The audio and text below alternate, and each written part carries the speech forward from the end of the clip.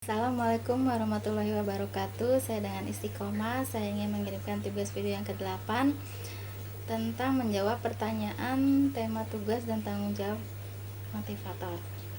Untuk poin A, jawablah pertanyaan mengenai target di kelas Bimba UEO berikut ini. Nomor 1, apa target suasana dan kegiatan kelas Bimba UEO yang harus dicapai oleh motivator? Target suasana kelas yang harus dicapai oleh motivator adalah satu, suasana di kelas dipastikan selalu nyaman dan menyenangkan. Kedua, setiap murid dipastikan melakukan kegiatan yang berhubungan dengan minat belajar dan minat baca. Setiap murid dipastikan melakukan kegiatan yang sesuai dengan tahapan perkembangan kemampuannya. Terusnya, lama kegiatan yang berhubungan dengan minat baca dan minat belajar meningkat dari waktu ke waktu, dari waktu ke waktu dari sebelumnya. Terus yang poin B, nomor 2, bagaimana cara motivator mencapai target atau tugas di kelas Bimba UEO? Untuk mencapai target suasana kelas di Bimba UEO, motivator itu harus selalu menyayangi dan mengasihi murid. Terusnya motivator itu juga harus harus bisa mengendalikan dirinya. Terus motivator juga kegiatan di kelas itu harus selalu dimulai dengan kegiatan yang menyenangkan bagi murid. Terusnya, motivator juga harus menerapkan konsep dasar dari variation skill. Terusnya, motivator juga harus menerapkan konsep dasar dari Bimba AIUEO. Terusnya, motivator juga harus menerapkan kurikulum Bimba AIUEO. Motivator juga harus melakukan evaluasi setiap saat, setiap waktu terhadap afeksi murid. Terusnya, yang terakhir, apabila motivator menemui kesulitan, dia tidak segan untuk bekerja sama dan meminta bantuan motivator yang lainnya. Terus pertanyaan yang nomor 3, apa kemampuan yang dibutuhkan oleh motivator atau tugas di luar kelas Bimba AIUEO? Kemampuan yang dibutuhkan oleh motivator ketika berada di luar kelas Bimba AIUEO adalah satu, motivator harus memastikan motivator harus mau bertanya atau melakukan komunikasi dengan motivator lainnya ketika ia tidak mengetahui atau kurang paham atas salah satu dari konsep dasar Bimba UEO atau sesuatu yang belum dia ketahui. Terus motivator juga harus menerapkan motivator juga harus mempersiapkan materi yang akan diberikan di dalam kelas. Motivator mempersiapkan PMR atau permainan rumah yang akan diberikan kepada murid. Motivator harus mampu berkomunikasi dengan murid dengan cara menghibur, dengan cara membuat suasana menjadi nyaman dan senang. Itu dengan cara dia harus bisa menguasai mendongeng, bernyanyi, berdialog dan lain sebagainya. Motivator selain itu juga motivator harus belajar kembali nih mengenai konsep dasar dari variation skill, dan dia motivator juga harus mempelajari kembali konsep dasar Bimba UEO. Motivator juga harus belajar kembali mengenai kurikulum Bimba UEO.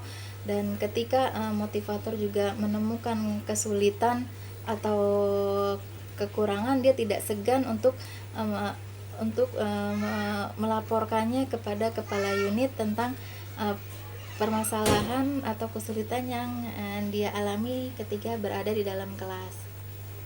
Untuk pertanyaan selanjutnya, apa tanggung jawab utama motivator Bimba? Tanggung jawab motivator Bimba itu ada 3. Yang pertama itu memastikan suasana kelas itu aman untuk belajar. Yang kedua itu memastikan bahwa suasana kelas itu nyaman untuk belajar.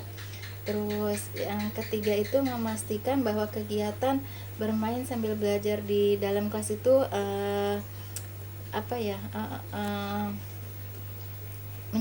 menyenangkan deh, memastikan bahwa suasana belajar sambil bermain di dalam kelas itu menyenangkan. Terus untuk pertanyaan selanjutnya di poin C, jawablah pertanyaan mengenai tanggung jawab motivator dalam kelas berikut ini.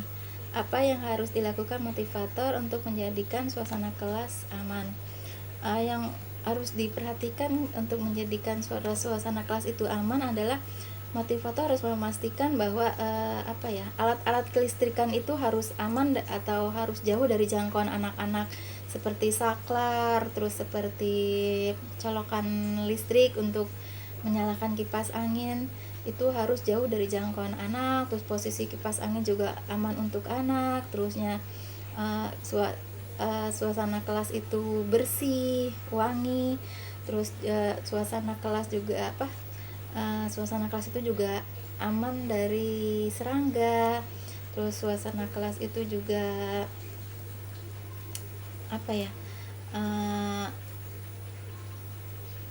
tidak ada air yang berserakan. Terus suasana kelas itu harus aman dari kekerasan, baik itu kekerasan fisik maupun kekerasan verbal. Saya lupa satu lagi, harus aman dari senjata tajam seperti gunting, terus seperti pisau, kalau paku biasanya kan suka ada paku-paku yang cantal di dinding ya, itu harus kita perhatikan biar anak-anak tidak mudah terluka jika mengenainya. Nomor 2, apa saja yang termasuk kekerasan fisik yang tidak boleh dilakukan selama di Bimba? Kekerasan fisik yang tidak boleh ada di Bimba itu meliputi seperti anak-anak tuh kalau dia tidak bisa kita omeli, kita pukul, terusnya kita jewer, terusnya juga kita pukul tangannya ini dengan pensil, terusnya terusnya kadang-kadang kan anak laki bercandanya suka berlebihan ya, seperti main pukul-pukulan, main tindih-tindian. Itu harus kita perhatikan biar tidak terjadi kekerasan seperti itu. Jadi dengan salah satu cara kita harus memberikan perhatian untuk anak-anak, memberikan perhatian yang lebih deh. Pada saat anak itu mulai bercanda yang berlebihan, kita harus memisahkan antara yang satu dengan lainnya dengan cara melerainya tuh dengan cara kita melakukan kita berdongeng saja yuk, kita bercerita saja, atau mengalihkan perhatiannya dengan cara melakukan kegiatan lain yang lebih bermanfaat. Terus untuk pertanyaan selanjutnya, apa saja yang termasuk dalam kekerasan psikis yang tidak boleh dilakukan selama berada di Bimba? Mungkin kalau kekerasan psikis itu lebih kepada kekerasan secara verbal atau seperti anak-anak tuh kita pelototi, terus kita marahi, kita beri awas deh nanti kalau nggak bisa guru marahi, seperti itu. Terus seperti ditakut-takuti, terusnya ketika dia tidak mau melakukan kegiatan belajar tuh kita paksa, ayo kamu harus mengerjakan, kamu harus bisa, seperti itu. Dan juga kita mungkin karena kita juga bisa melakukan kesalahan dengan memberikan modul yang tidak sesuai dengan dia, itu sama saja dengan kesalahan psikis yang kadang-kadang kita tidak sadari, tapi anak-anak merasakan bahwa itu pun kekerasan psikis yang mereka dapatkan. Terus Untuk pertanyaan selanjutnya, apa yang harus dilakukan motivator untuk menjadikan suasana dalam kelas nyaman? Untuk yang dilakukan oleh motivator biar suasana di kelas nyaman adalah dengan motivator harus selalu tersenyum ketika bertemu dengan murid, selalu ramah, bersikap riang, terus bergembira ketika melakukan proses kegiatan mengajar. Motivator juga harus berpenampilan rapi, tidak bau mulut, tidak bau badan, dan apa ya, ventilasi udara pun cukup nyaman ya untuk anak-anak, seperti kipas anginnya, anak-anak jadi merasa tidak gerah, terusnya atau kalau bisa membuka jendela jadinya ada sirkulasi udara yang masuk, jadi suasana dalam kelas itu tidak bau pengap atau bau lembab, dan kalau bisa dikasih pengharum ruangan jadi anak-anak menyukainya. Dan juga motivator tuh harus selalu menyayangi dan mengasihi murid, karena dengan dia mengasihi murid tuh masa murid-murid akan nyaman belajar bersama dia. Terusnya apa ya, jika ada murid-murid yang melakukan atau memiliki memiliki kelebihan tenaga atau maaf kalau dia jahil kepada temannya tuh harus langsung buru-buru kita ambil nih anak, harus kita pisahkan dengan yang lain, kita rangkul anak ini, kita ajak ngobrol, kita ajak abang nggak boleh begitu, atau kakak tidak boleh begitu. Kita harus saling menghormati, harus saling menyayangi dengan teman satu dengan teman yang lainnya. Terus juga kita juga harus selalu melakukan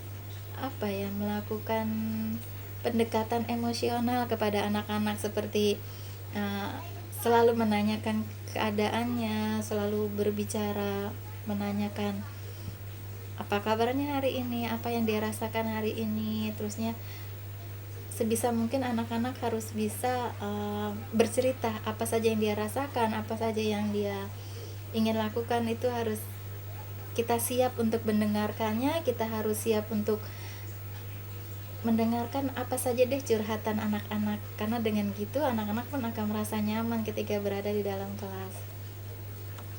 Terus untuk pertanyaan selanjutnya,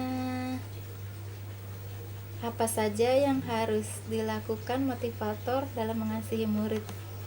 Dalam mengasihi murid itu kita seperti selalu sayang deh sama dia, walaupun apapun kondisi dia, apakah dia mempunyai kelebihan tenaga karena mungkin terlalu aktif, dia terlalu kurang baik, atau bukan nakal ya, kurang baik perilakunya, dia mungkin seperti apapun keadaan anak apapun tuh kita harus selalu menyayanginya, mengasihinya seperti kita mengasihi anak kita sendiri, bahwa mereka tuh hanya anak-anak yang membutuhkan perhatian dari orang dewasa, anak-anak yang membutuhkan perhatian lebih dari orang dewasa, bahwa mereka mau eksis gitu, mereka mau menunjukkan ini mereka loh, mereka butuh seseorang untuk mereka bermanja-manja, seperti itu. Jadi kita harus selalu menyayangi anak-anak dengan kondisi apapun dia, baik dia memiliki kelebihan tenaga atau aktif, atau dia kurang baik, atau agak nakal, atau seperti lainnya. Apa saja yang dilakukan motivator dalam menyayangi murid? Untuk menyayangi murid itu mungkin caranya banyak ya, seperti dalam kondisi apapun, ketika dia menangis, ketika dia menjahili temannya, ketika dia membuat temannya menangis, ketika dia membuat seluruh isi kelas itu berantakan, kita harus menyayanginya, kita harus merangkulnya, kita harus mengajaknya mengajaknya untuk berbicara, apa sih kita sebagai tempat curhatan anak-anak nih. Soalnya kadang-kadang anak-anak itu tanpa dia sadari dia akan menceritakan apapun kondisi emosi dirinya tuh ketika dia merasa nyaman terhadap orang di sampingnya, dia merasa bahwa orang itu menyayangi dia secara otomatis atau secara naruri, dia tuh akan akan selalu dekat. Jadinya sebisa mungkin kita harus selalu menyayangi mereka, apapun kondisi mereka, apapun kelebihan dan kekurangan mereka, kita harus menyayanginya. Kita harus selalu melakukan komunikasi, baik itu secara emosional, secara rangkulan, secara menyapanya. Mungkin kalau itu kalau dalam keadaan tertentu, kalau saat dia lagi kondisinya down atau lagi sedih, kita bisa memeluknya seperti kita memeluk anak sendiri. Seperti itu kalau menurut saya. Apa yang harus dilakukan motivator untuk menjadikan kegiatan bermain sambil belajar menyenangkan? Yang harus dilakukan ketika suasana bermain sambil belajar menyenangkan, bahwa setiap kegiatan itu harus diawali dengan kegiatan yang menyenangkan seperti bernyanyi, berdialog, mendongeng, bercerita. Ketika sudah dilakukan seperti itu, anak-anak akan antusias untuk memulai pembelajaran. Mereka akan antusias, ternyata enak ya. Suasana kelasnya itu membuat mereka merasa seperti dunia anak-anak lah. Dunia anak-anak itu kok kan mayoritas masih bermain gitu. Terus mungkin dengan kita selalu memberikan sesuatu permainan yang benar-benar mereka menyukainya, seperti itu. Segala sesuatu yang memang kita harus lakukan untuk menyenangkan murid itu harus kita lakukan, seperti mengajaknya bermain, walaupun tuh bermain kecil-kecilan, seperti bermain main kereta-keretaan, memutar-mutar ruangan kelas, bermain ular tangga, ataupun apapun permainan yang membuat anak-anak menyenangkan tuh, dan suasana ceria di kelas tuh harus kita lakukan, sehingga suasana kelas suasana belajar sambil bermain pun akan menyenangkan bagi anak-anak, karena secara tidak sadari bahwa kegiatan itu pun merupakan salah satu proses untuk belajar.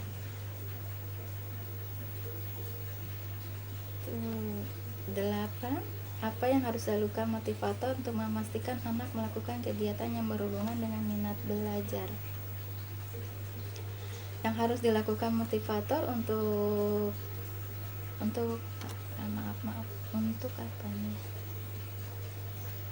melakukan kegiatan yang berhubungan dengan minat belajar. Pertama, kita harus melakukan kegiatan yang merangsang rasa senangnya dulu, seperti bernyanyi, berdialog bimba, terusnya berdongeng. Dengan berdongeng kita sambil bisa selipi dengan kegiatan belajar seperti membaca. Dari dongeng itu kadang-kadang ada salah satu yang bisa kita selipi dengan bahasa bimba atau dengan cara menghitung yang ada di cerita dongeng itu. Apa sih cerita itu? Jadinya dengan tidak sengaja anak-anak pun akan belajar, seperti belajar menghitung dan belajar membaca. Dan ketika anak-anak sudah merasakan seperti itu, berarti dia akan tumbuh minat belajarnya, bahwa ternyata belajar itu memang menyenangkan, apalagi sambil bermain. Terusnya, apa yang harus dilakukan motivator untuk memastikan anak melakukan kegiatan sesuai tahap perkembangannya? Karena tahap perkembangan anak-anak itu kan berbeda. Dari ada yang di bimba itu awalnya dari umur 3 tahun, terusnya 4 tahun, 5 tahun, dan itu tuh tahap perkembangan yang berbeda. Dari anak yang umur 3 tahun itu kita lebih cenderung ke hal yang mudah mereka ingat lebih dulu, bahwa mereka belum bisa mengingat yang banyak-banyak. Jadinya maksudnya yang kata yang banyak, jadi cukup dengan 4 kata, 4 huruf, kata yang dari 4 huruf, kata yang dari 5 huruf. Ketika dan hitungan pun harus sesuai dengan kemampuan mereka. Dari anak umur 3 tahun itu mungkin sampai 10, berhitung 1 sampai 10. Dan membaca pun baru yang 4 kata seperti bola, topi, terus seperti kuku, mata, jari. Mungkin itu ketika anak sudah mulai bisa dengan yang 4 kata, kita bisa melanjutkan lagi dengan ke kata yang mengandung 5 huruf, atau 5 HVK atau 5 HVS.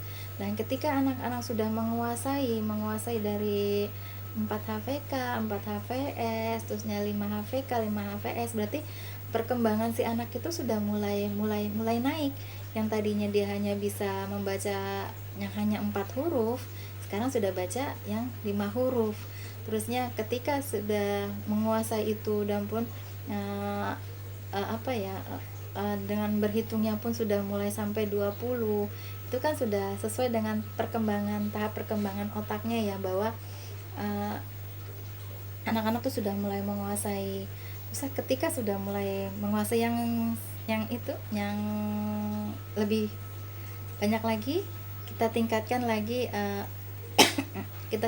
lagi pembelajarannya ke dalam yang kata-kata yang sudah lebih banyak lagi, yang hurufnya sudah lebih banyak dan tingkat kesulitannya pun masih sedang. Ketika sudah menguasai yang tingkat kesulitan sedang, baru kita tingkatkan lagi. Jadi tidak sekaligus langsung harus bisa semua gitu, tapi harus bertahap, harus dari satu-satu, dari yang 4 huruf, dari yang 5 huruf, mungkin dari yang 6 huruf, terus baru ada huruf yang ada engnya, ada nyanya, itu secara bertahap harus diberikan. Kalau jadinya anak-anak merasa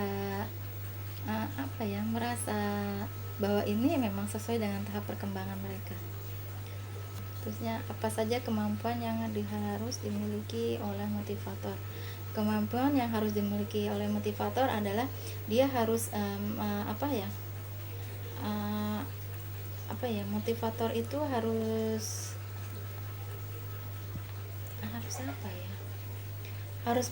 bisa menerapkan konsep dasar dari variation skill. Jadi harus bisa bagaimana sih cara menerapkan proses pembelajaran tuh yang menghubungkan antara bermain, menghubungkan dengan belajar, menghubungkan lagi dengan bermain lagi, tapi intinya tetap lagi balik ke belajarnya itu.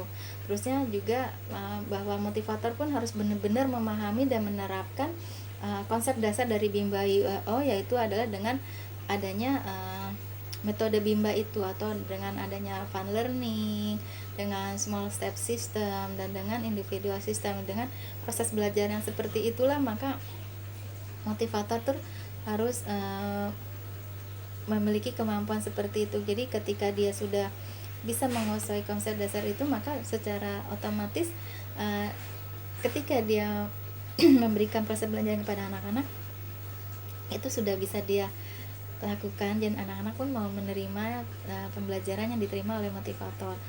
Dan motivator juga harus bisa menerapkan, tidak hanya menerapkan tapi memahami juga bahwa kurikulum Bimba UEO, seperti sebelum dia naik ke tahap selanjutnya, dia harus bisa dulu tahap yang satu. Seperti sebelum dia masuk ke tahap 5 HVK, dia harus bisa dulu di tahap 4 HVK, seperti itu.